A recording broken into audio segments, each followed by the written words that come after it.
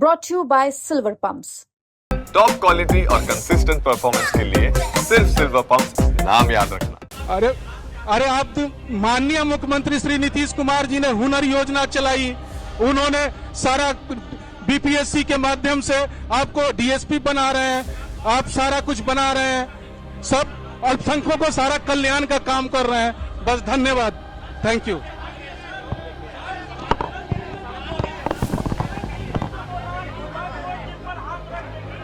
जिस प्रांत का, जिस बिहार के माननीय मुख्यमंत्री श्री नीतीश कुमार जी मुख्यमंत्री हैं, वहां पर जमीन को लेकर के जिस तरह से बातें उड़ाई जा रही है, कही जा रही है, भ्रम पैदा किया जा रहा है, कहीं कोई इस तरह की बातें हो सकती है क्या?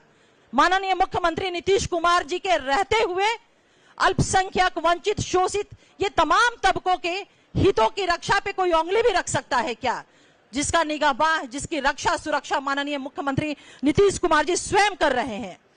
दूसरा हमारा सजेशन था कि यह कानून पूर्व प्रभावी नहीं हो, यानी कि रेट्रोस्पेक्टिव वे में ना होकर के प्रोस्पेक्टिव वे में ये प्रभावी होगा, यानी कि जो चीजें जैसी हैं वहां से नहीं, बल्कि जब ये बिल एनेक्टेड हो जाएगा महामहिम के हस्ताक्षर के बाद, उसके बाद से इस बिल के प्रावधान प्रभावी होंगे। तीसरा सुझाव हमारा जो था सजेशन, वह कि अगर वक्फ की कोई संपत्ति रजिस्टर अगर नहीं है, लेकिन उस पर अगर कोई धार्मिक भवन जैसे कि मस्जिद हो गया, दरगाह हो गया, ईदगाह है, कब्रिस्तान है, जिसे आप लोग सुनते होंगे कि लोग जो चिंताएं व्यक्त कर रहे हैं, भ्रम फैला रहे हैं कि सब जो है वो बर्बाद कर ली जाएगी, हमारा सब खत्म हो जाएगा। लेकिन इस बिल के माध्यम से जो हमने सुझाव दिया है, इनकॉर्पोरेट हुआ है, ये माननीय मुख्यमंत्री नीतीश कुमार जी की गारंटी के समाज को ये मिला है कि उनके ये भवन जो है कहीं से भी इनके साथ छेड़छाड़ या किसी भी तरह का उसके साथ नहीं किया जाएगा। चौथा हमारा सजेशन रहा है, जो इनकॉर्पोरेट हुआ है, जिसको माना गया है, वक्फ संपत्ति से जुड़े विवादों के निराकरण के लिए जिलाधिकारी से ऊपर के अधिकारी को अधिकृत किया जाए। इसको भी शामिल कर लिया गया है इस बिल में, जो हमने सुझाव दिया था। पांचवा हमारा सुझाव और अंतिम सुझाव,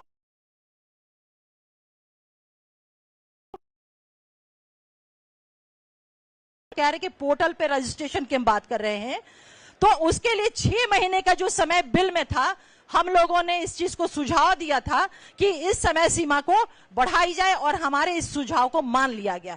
ये हमारे 5 महत्वपूर्ण सुझाव थे जिसकी मैंने आपके समक्ष चर्चा की है। इनको जब बिल में इंट्रोड्यूस कर लिया गया, इनको बिल में इनकॉर्पोरेट किया गया, तब जाकर के हमारी पार्टी जनता दल यूनाइटेड ने बिल का समर्थन किया है। साहब, आपने कहा कि 5 सुझाव हमने दिए थे वो मान लिए गए, क्या उल्लेख इसमें आपने किया है?